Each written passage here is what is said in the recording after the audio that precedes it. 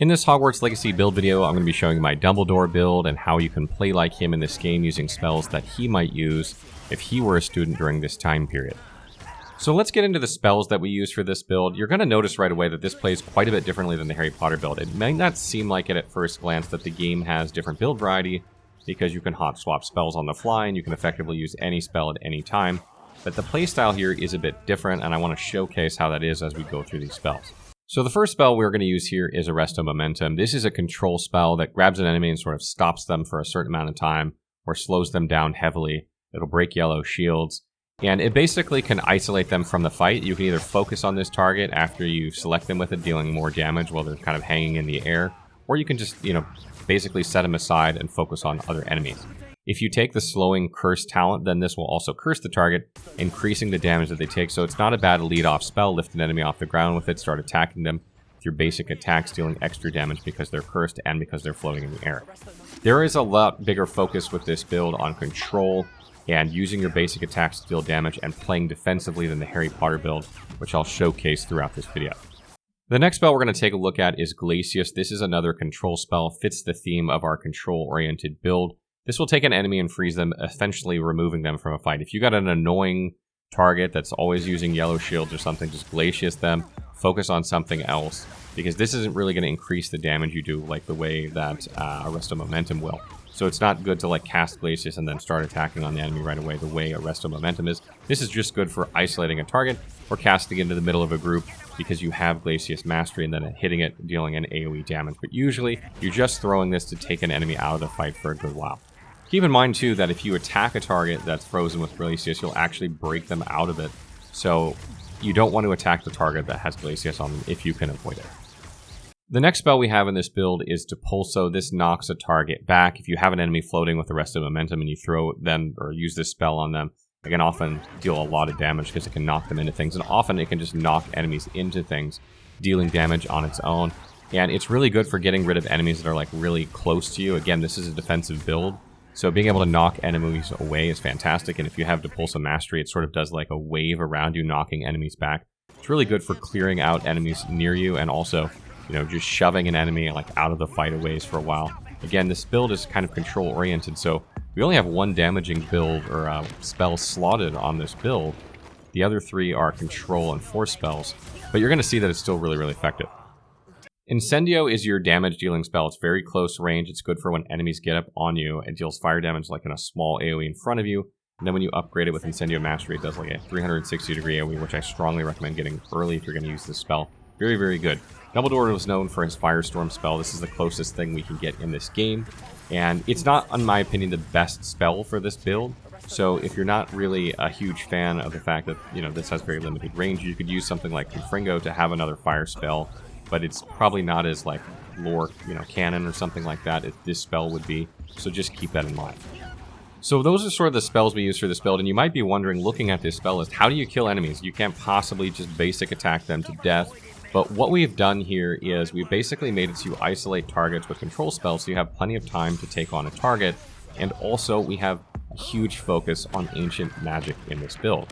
You want to build up ancient magic through attacking targets that are floating in the air or attacking targets with your basic attacks over and over, and then just absolutely destroy a single target with ancient magic. This will almost always one-shot one target, and because we have the trait ancient magic focus on all of our gear, you're going to build up ancient magic super fast, and this will allow you to use it multiple times faster than any other build in combat, and combined with the talents that we have as well.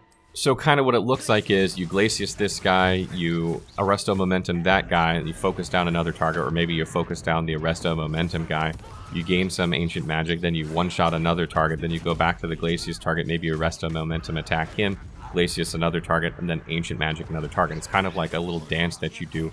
And obviously you can throw objects in there and stuff like that. But the idea is to build up to ancient magic and then use it as much as possible. Now, one particularly important thing about this build, because it has such an ancient magic focus, is there are ancient magic hotspots around the map after you progress the game a ways.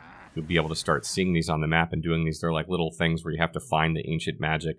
There's 3 of them at each hotspot. Once you do, if you complete 2 of these, you'll gain an extra bar of ancient magic. And then if you complete 6 more, you'll gain an extra bar. And so on and so on. You'll gain extra bars of ancient magic, so you can build up and store tons of ancient magic, and coincidentally these spots also fill your ancient magic bar completely. So when you go into combat, you can have like 5 ancient magic stacked up if you have all the slots unlocked, and then you can just one-shot, one-shot, one-shot, one-shot, or if you're facing a difficult enemy, you can cast ancient magic like 5 times in a row on them. Absolutely devastating. So that being said, let's take a look at the talents that we use for this build. As I mentioned already, you have Incendio Mastery, you have Glacius Mastery, you have Depulso Mastery, and if you're using Confringo, you'll also have Confringo Mastery. When it comes to the Dark Arts tree, you have Stunning Curse. This makes it so that you curse enemies when you use Stupefy. This is by holding the triangle down when a yellow attack is incoming. This will make it so that they take extra damage from your following attacks, which is fantastic. We also have Enduring Curse here, which makes curse effects last longer, and we also have Slowing Curse, which makes it so that Arresto Momentum curses targets. And then finally you have Curse Sapper, which makes it so when you kill a target that's cursed, you gain health back. We don't use any of the other ones here. We don't have a huge focus on Dark Arts for this. Really, the deal here is Stupefy and Arresto Momentum being able to curse targets, getting you that extra damage on them, and then healing when you defeat them. When it comes to your core talents, you're obviously going to want to have a second bar. It's very good to have a second bar to just put like other abilities on and use them, particularly when you're putting this build together. You don't have all these spells, or you can just put other things for exploration on there, like Accio and stuff like that. That way you don't have to keep assigning spells to this bar over and over. The 2 talents that affect Wiggenweld Potion efficacy are very good also. Wiggenweld Potions don't heal for much by default, so getting both of these makes it so it's actually worth using them. Swift is fantastic for this build because you're going to have to dart around to pick up the little orbs of ancient magic on the ground as you defeat enemies, and this allows you to do that much more easily. Protego Absorption makes it so that when you successfully block an attack with Protego, you gain ancient magic. This works beautifully. This is a defensive build. Our Dumbledore build is very defensive, it's control-y, and this gives you ancient magic when you're playing defensively, which is great.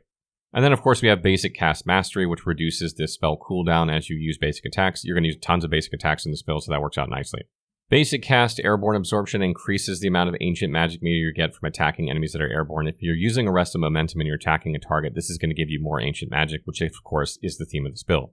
Protego Expertise makes it so that if you block a spell perfectly, if you time it like at the very last second, you'll send 2 projectiles instead of 1. So this can help you deal damage while playing defensively, which is great. Evasion Absorption gives you ancient magic for dodging attacks that are red, so this is really good. You do this a lot in combat. This will give you more ancient magic buildup. Stupefy Mastery allows targets that you stupefy to remain stunned longer, which just makes it easier to take them out of the fight, which is kind of the theme. And Stupefy Expertise actually deals damage when you use Stupefy. This is really nice because, again, when you're playing defensively, we don't have a lot of attack spells in this build, so getting damage anywhere we can is great. And lastly, we have Protego Mastery, which makes it so if you perfectly block a spell with Protego, it releases a damaging blast that breaks enemy shields around you. I feel like this is, out of all the things, is like the most Dumbledore thing ever, so definitely take this one. Those are really the talents that I use for this build. Obviously, some of those are more important than others. You should focus on the ones that build up ancient magic as your character's leveling up, because ancient magic is what's really the focus of this build. So when it comes to traits, there's really 2 you want for this build. You want, obviously, Ancient Magic Focus. This increases the rate at which your ancient magic builds up. This is the ideal trait. You want this on all of your armor, tier 3 if possible. But another good one is also Ancient Magic. This allows you to increase the damage that ancient magic deals. Normally you one-shot regular targets, so that's why it's not as good. But if you're fighting tough to kill enemies or bosses or something like that, increasing the damage that you deal with it is actually good in that case. Ancient Magic Focus can be found in the collection chest inside bandit camps. It's random, so you can do the load spawn trick, where you open it, load until you get that one if you want it. Otherwise, you'll have to clear out a bunch of camps until you get it. And then the Ancient Magic trait itself actually comes from upgrading your gear in the Room of Requirement. The more you upgrade your gear, the more times you'll actually gain the higher and higher versions of this trait. So if you want to get this, you might as well just farm beasts and gain that one that way. So there are 2 different traits, and those are the 2 I recommend. So that wraps up our Dumbledore build. And again, at first glance, it seems like this build doesn't have that high damage. You don't have anything that really increases your spell damage. You have 1 attack spell. But really what it's good at is taking enemies out of a fight, isolating targets, and then just one-shotting enemies over and over. And if you enter a fight with your mastery already built up or your ancient magic already built up, then you're going to be able to one-shot targets back to back to back, making fights just absolute cake.